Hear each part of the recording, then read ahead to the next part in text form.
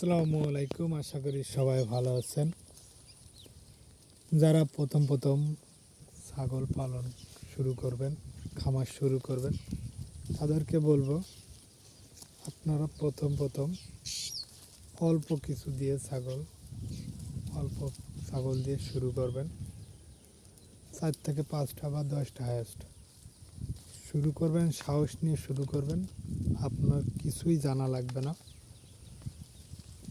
প্রথম হয়তো একটু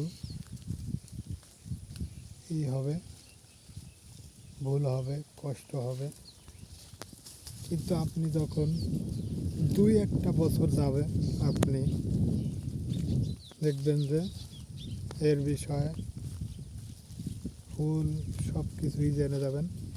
বড় ধরনের কোনো রোগ ব্যাধি আসলেও আপনার কিছুই হবে না, বা আপনি বেশি চিন্তাও করবেন না। আপনার মনে চলে আসবে, ঠিক আছে, ধৈর্য লাগবে।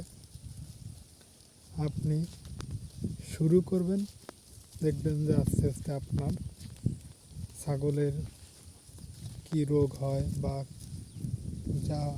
কোন ধরনের রোগ আসতে পারে, আপনি সব আস্তে আস্তে জেনে যাবেন। আপনি যদি শুরুই না করেন, তাহলে কিভাবে আপনি জানবেন যে ছাগলের কি সমস্যা হয়, কি ভ্যাকসিন দিতে হয়, ছাগলের কি সমস্যা হতে পারে।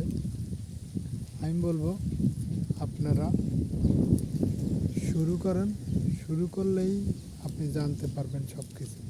আর যদি না করেন, তাহলে আপনি কিভাবে জানবেন? আর আমি বলবো ছাগলের ফার্মে প্রচুর লাভ। আপনি একটু ধৈর্য ধরে যদি করতে পারেন, ছাগলের উপর দিয়ে কোনো লাভজনক, কোনো গরুতেও এত লাভ হয় না, ছাগলের অতটা লাভ হয়। আমি বলবো ভাই, আপনি ছোট দিয়ে শুরু করবেন, দেখবেন যে আপনি সব কিছু জানতে পারবেন এর ব্যাপারে। আমারও আসলে প্রথম দিক দিয়ে অনেক